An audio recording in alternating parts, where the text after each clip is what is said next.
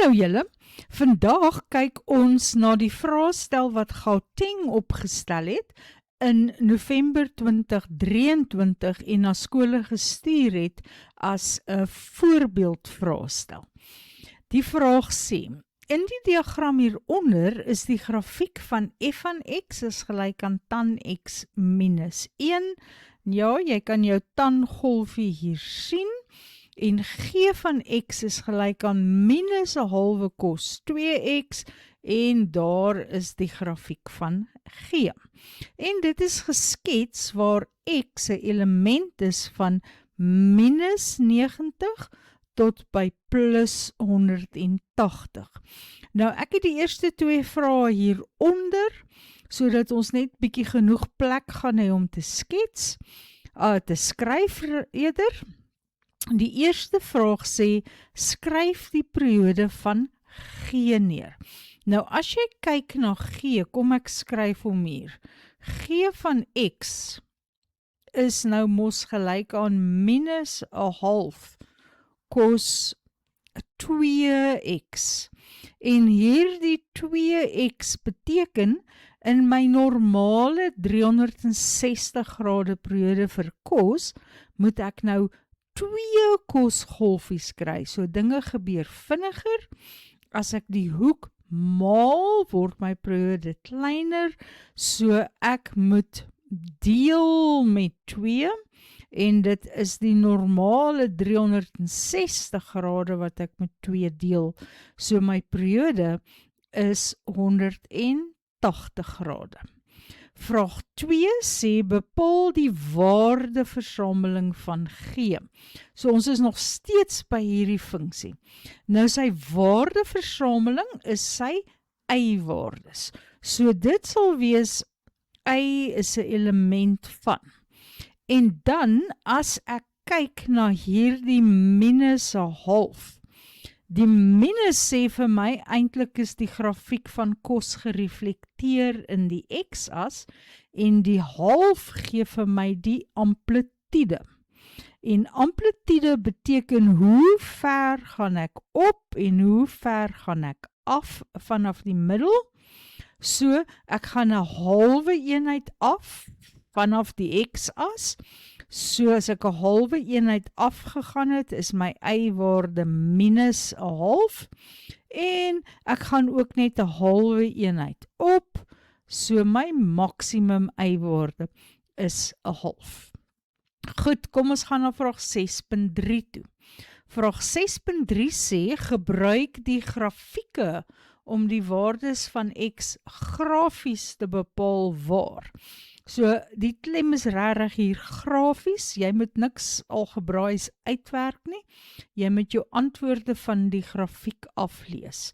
Nou, vraag 6.3.1 wil weet, waar is f van x groter of gelyk aan 0? Nou, onthou maar, f van x beteken y-waardes. En y is groter of gelyk aan 0, daar waar ek bokant die x-as is. Okay, hier, dis waar ek my positiewe y-waardes kry. Onder die x-as kry ek my negatiewe y-waardes. So, groter of gelyk aan 0 gaan op die y-as of bokant die y-as wees. Nou, dit is vir die funksie f, en as ek nou maar hier na my grafiek kyk en dit net 'n bietjie highlight, is waar is die grafiek van f, en dit alles hier is f, maar hy is net daar van 45 grade af tot amper by 90 grade positief. Ek sê amper 90 grade, want hy bereik nooit 90 grade nie, daar by 90 grade het my tan x grafiek 'n asymptoot. So my antwoord gaan wees, x lê tussen 45 grade en 90 grade. Ek het nou net gesê ek mag nie die 90 insluit nie, want daar is 'n asymptoot en x word nooit 90 nie, maar ek mag die 45 insluit, as dit dalk vir my 'n 0 gaan gee, want ek wil hê dit moet groter as of gelyk aan wees en daardie punt is op die x-as, so dit is gelyk aan 0. 6.3.2 Nou wil ek hê dat f van x vermenigvuldig moet gee van x groter as 0 moet wees. Nou weer, groter as 0 is 'n positiewe antwoord. So ek kan twee goed met mekaar vermenigvuldig en 'n positiewe antwoord kry wanneer ek 'n plus maal 'n plus of wanneer ek 'n min maal 'n min het. So kom ons kyk of daar 'n plek is waar albei die grafieke positief is. Ek vat nou maar 'n blou highlighter. Kom ons kyk eerstens na die kosgrafiek. Waar is die kosgrafiek positief? Daar en daar. Maar as jy dan na die tangrafiek kyk, dan sal jy sien, dis al hierdie pad, is dit negatief, en van daar af is dit ook negatief, so ek kry nie 'n plus maal 'n plus nie. Ek kan nou maar al hierdie highlights net uitvee, want hulle werk nie vir my nie. So kom ons kyk of daar 'n min maal 'n min is. Nou ja, hierdie grafiek is hier negatief, dis die kosgrafiek, en terselfdertyd daarvan min 45 grade af is die tangrafiek ook negatief. En dan sien ek ook dat die kosgrafiek daar negatief is en terselfdertyd is die tangrafiek ook daar negatief. Ja, ek weet die kosgrafiek is ook hier negatief, maar ek weet dan ook dat die tangrafiek klaar positief is, so dit gee nie vir my 'n min maal 'n min nie. So ek het twee gedeeltes hier, dit is x lê tussen 90, minus 90 eintlik, is kleiner as x, is kleiner as 45 grade, of x is hier vanaf positief negatief, hy lê tussen dit en 135 grade. Nou ja, hier is nie 'n gelyk aanteken nie, streng groter as, so ek moet nie punte insluit wat op die x-as lê nie, wat my minus 45 en my 135 is, hulle twee kan nie ingesluit word nie, maar my minus 90 en plus 90 kan ook nie ingesluit word nie, want daar het ek asymptote. Vraag 6.3 Ek wil weet vir watter x is 2 tan x plus cos 2x gelyk aan 2. Nou, ek wil eers hierdie bietjie manipuleer, bietjie verander, en kyk of ek nie dalk daai twee grafieke se vergelykings daarin kan kry nie. Kom ons maak vir myself 'n bietjie spasie hier. Ek gaan daai een uitvee en daardie een uitvee en hier. Dan kan ek vraag 6.4 en 6.5 hier onder inskuif. En dan het ek 'n bietjie spasie om daarop uit 6.3.3 te skryf. Nou die eerste ding wat ek raak sien, is dat ek hier 'n 2 tan x het en daar net 1 tan x. En ek het 'n cos 2x en het ek 'n halwe cos 2x.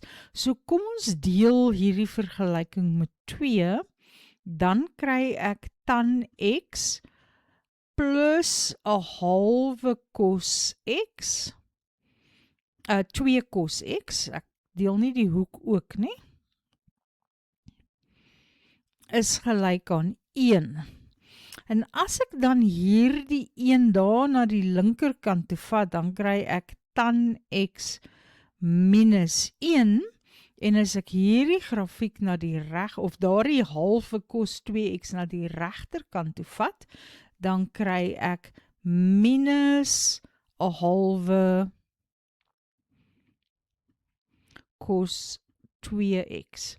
Nou dink ek dis maklik om te sien tan x min 1 is die grafiek van f van x. En minus 'n halwe cos 2x is die grafiek van g van x. So al wat hulle eintlik hier vir ons gevra het, is waar is f van x gelyk aan g van x, en dit sal natuurlik wees daar waar die twee mekaar sny, wat daardie punt is 45 grade.